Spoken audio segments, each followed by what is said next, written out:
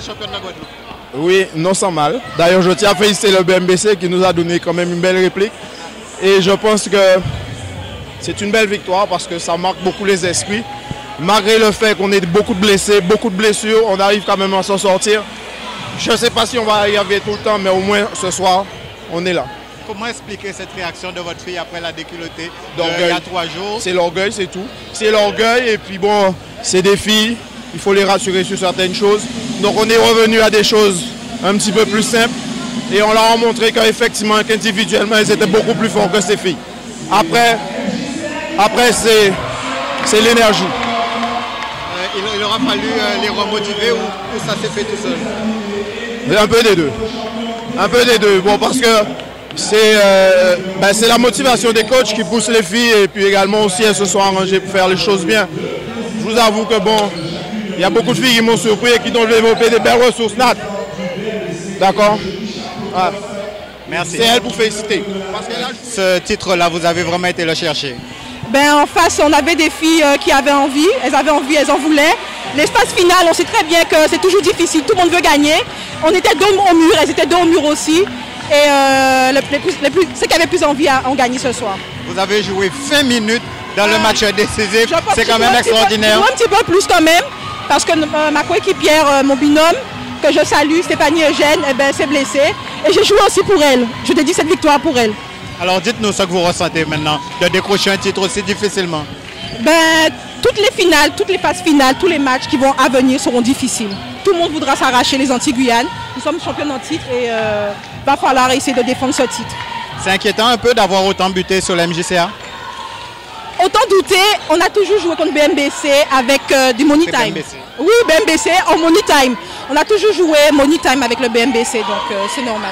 Merci beaucoup et félicitations. Une fois de plus, la MJC donc, remporte son titre, tenante du titre. Je pense que c'est une victoire qui vous rend heureuse. Effectivement, c'est une victoire qui nous rend heureuse parce que une victoire pas facile du tout. Le BMBC qui nous donne vraiment du fil à retordre sur les 3 matchs. D'ailleurs, le deuxième match qui pourrait nous mettre dans le doute, mais le titre il était à nous et il fallait qu'on le remporte. On n'avait pas le droit de ne pas jouer ce match-là et de ne pas le gagner. On se devait le gagner, on se devait de le gagner pour nos blessés, pour tous nos supporters, pour nos familles, ceux qui sont derrière nous.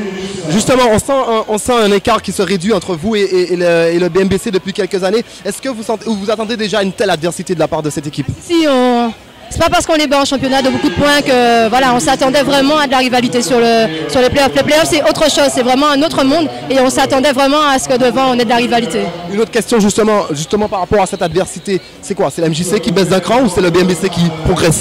Il faut dire qu'on est un petit peu diminué parce qu'on a eu des blessés quand même de forte valeur. Sur l'équipe, donc il fallait retravailler, il fallait faire de nouvelles rotations et donc du coup ça nous pénalise un petit peu, mais au final la victoire y est, donc c'est tout ce qui compte. Une dernière question, et justement avec ces représentations en Antilles-Guyane, vous pensez encore une fois de plus tenir le titre? On fera tout pour.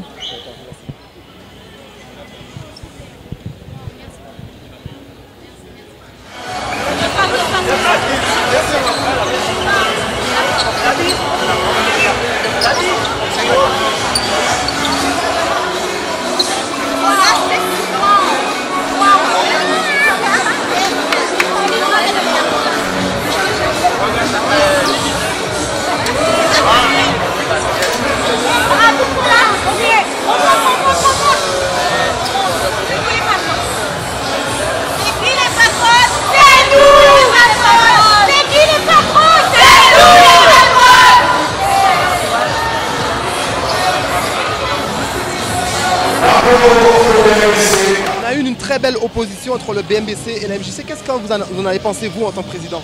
Non, moi, la chose que je pense, comme je l'ai toujours dit, quelle que soit l'équipe qui gagne ce soir, j'ai besoin d'une équipe pour représenter la Guadeloupe pour le Guy-Margois le 4, le 5, le 6 et le 7 mai.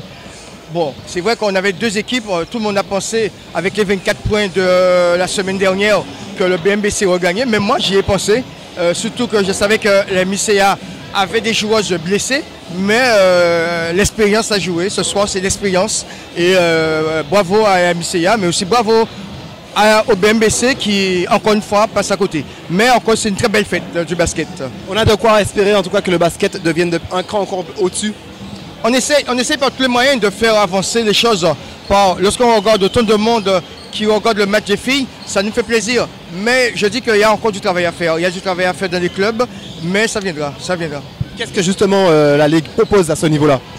À ce niveau-là, c'est qu'on doit faire venir, on doit échanger avec les autres. On doit faire venir des équipes de l'extérieur pour qu'on puisse augmenter notre niveau.